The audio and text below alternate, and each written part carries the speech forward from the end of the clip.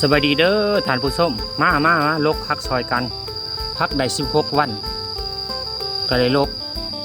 มันฝนตกแล้วมันล่มท่านผู้ชมมันยาวมันนั่นใหญ่ไว้กว่าอายุของมันเลยได้ลกย่านฝนลงอีกทีนะ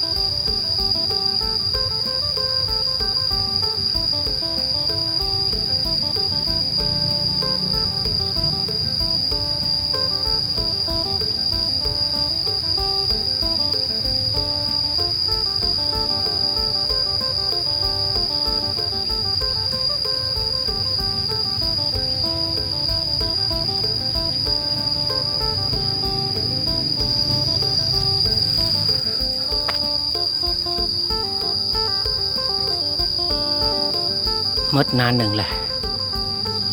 ได้นานหนึ่งแล้วนะนานที่2นะนี่นะ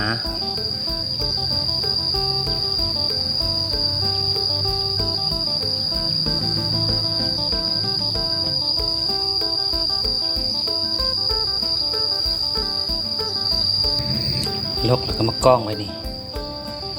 มองสิล่างจูบน้ำใส่นี่แล้วก็ล่างอิดทงละหมื่น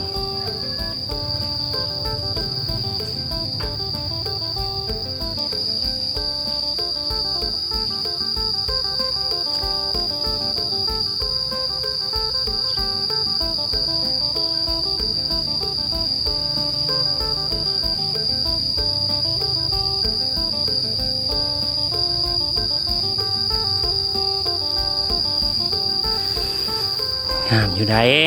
งามได้งามได้ดิสวยมากนี่คือขั้นตอนล่างเลยเด้อนี่เด้อบนลกลายมันนี่ลกแต่ซองนานรุ่นน้ำกันหนึ่งว่าซองนานสิได้จักหมื่นล่างเลยปะกองไว้นี่ส่วนของท่านได้ล่างได้ส่วนนี้อันนี้ล่างแล้วเห็นบ่มันจะขาวงามงามในวิธีล่างแบบนั้น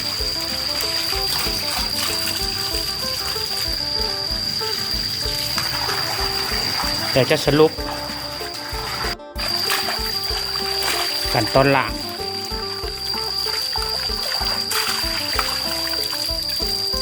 ลกแต่ซองนานหนึ่งเด้อ